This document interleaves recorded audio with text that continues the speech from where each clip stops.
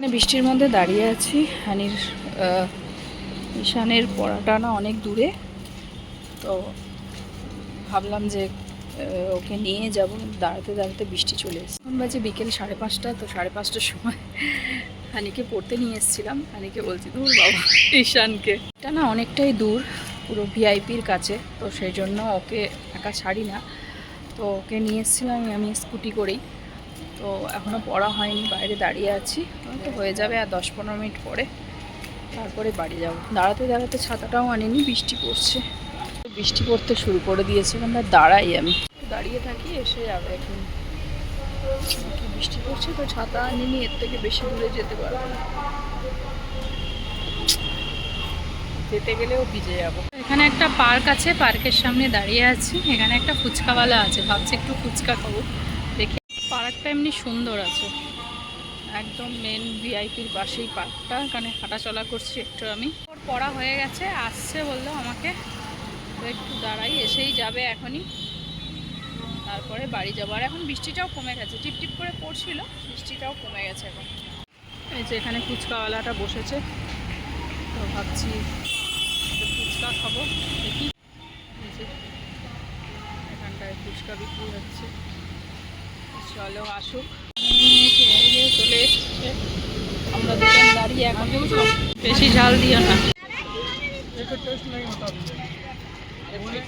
এটা বেশি ভালো লাগে। হ্যাঁ হ্যাঁ, চাটনি। চলে এসছি আমরা এখানে, গাড়িটা ঘুরিয়ে নি ধর।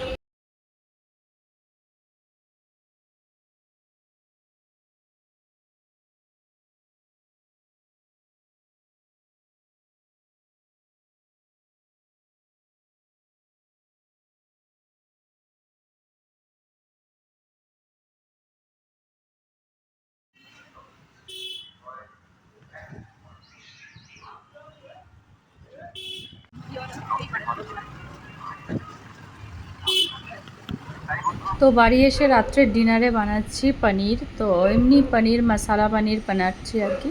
তো রুটি দিয়ে রাত্রে রুটি বানাবো, আর পনিরের তরকারি করেছি আর কি। এই যে, তো এটাই হচ্ছে রাত্রের ডিনার। তো এসে না হানিকে পড়াতে বসে গেছিলাম, তো ওর আবার মানডে থেকে এক্সাম আছে, এই জন্য। তো চলো এটা পনিরটা বানিয়ে নিয়ে তারপরে হানির হোমওয়ার্কগুলো করাবো আবার। Good morning everyone. আজকে হচ্ছে নেক্সট ডে মর্নিং। তো সকাল সকাল আমার বাজার চলে এসছে, দেখছো সবজিগুলো ধুয়ে আমি সব শুকাতে দিয়ে দিয়েছি। Good morning everyone, welcome back to my channel. তো আজকে সকাল সকাল ব্রেকফাস্ট হচ্ছে ছোলা আর পরোটা।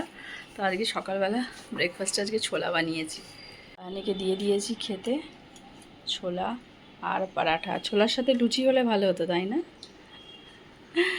তাহলে আজকে আর লুচি বানাচ্ছি না, পরোটা করছি, পরোটা দিয়ে খেয়ে নে। এখানে আমিও নিয়ে নিয়েছি একটা পরোটা, আর একটু পেঁয়াজ নিতে গিয়ে পেঁয়াজটা পড়ে গেল, আর একটু ছোলা। আর আজকে রান্না হয়েছে আমাদের, এ দেখো, আলু দিয়ে চিকেনের পাতলা ঝোল করেছি। কালারটা দেখেছো? দারুণ হয়েছে না কালারটা? একদম পাতলা করে, একদম চিকেন দিয়েছি, আর কি বলো তো, পেঁপেও দিয়ে দিয়েছি। তো হানিরা তো এমনি পেঁপে খেতে চায় না, তো চিকেনে দিলে না খেয়ে নেয়, তো স্টুতে দিই তখনও খেয়ে নেয়। তো আজকে ওই আর কি পাতলা করেই করেছি, তার মধ্যে পেঁপেটাও দিয়ে দিয়েছি।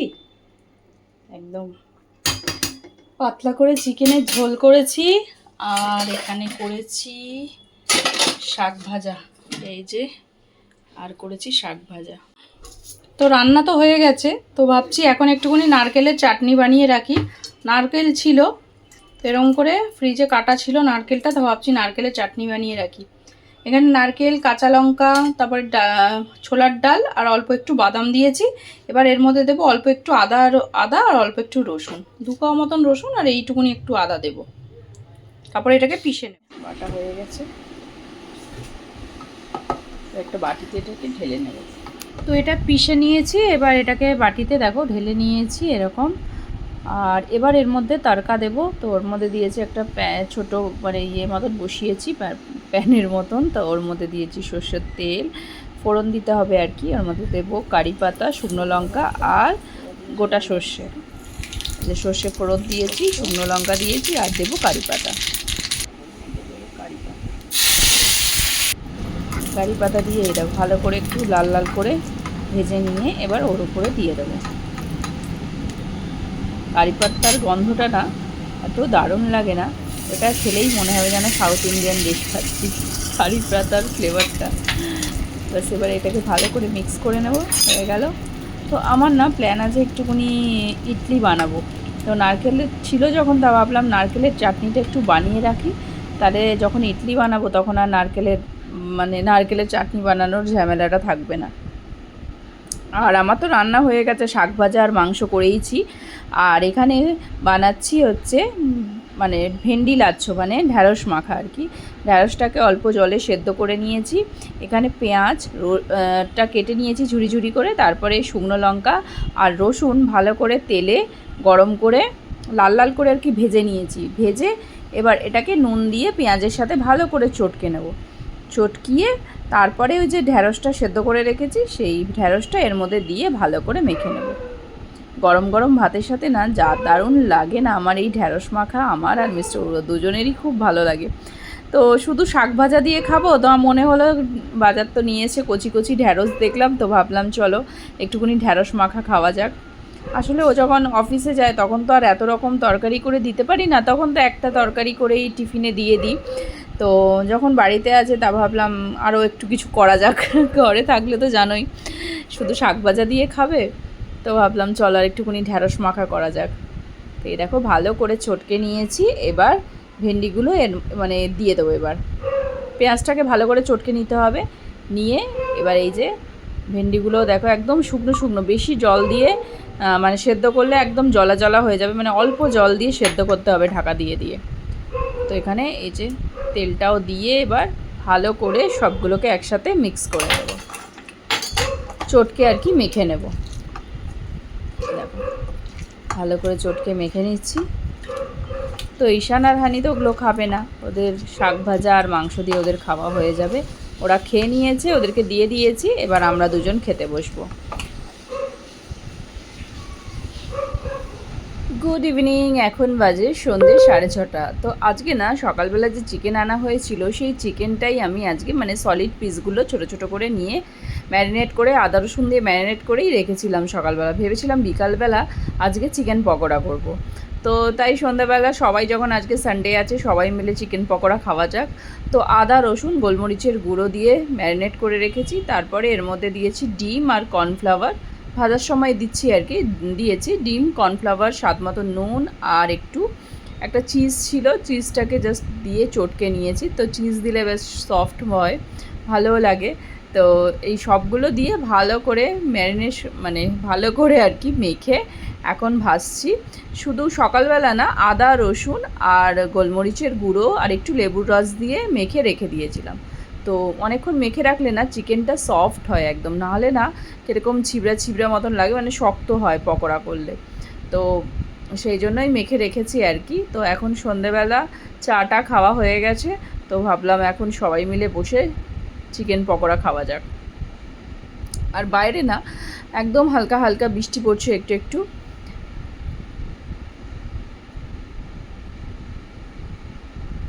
তো অনেক দিন হয়েছে চিকেন পকোড়া বানানো হয় না, তো প্রথমে ভেবেছিলাম চিলি চিকেন বানাবো, তো ভাবলাম সকালবেলায় চিকেন করেছি, বিকালে আর চিলি চিকেন করবো না, চলো সবাই মিলে একটু চিকেন পকোড়া খাওয়া যাক, অনেক দিন চিকেন পকোড়া খাওয়া হয় না। তো হানিরও খুব ভাল লাগে, ভাবলাম চলো চিকেন পকোড়াই বানানো যাক। তো সবগুলোকে নিয়ে একটা একটা করে ছোট ছোট করে দেখো লাল লাল করে ভেজে নিয়েছি, আর বাকিগুলো ভেজে নিচ্ছি।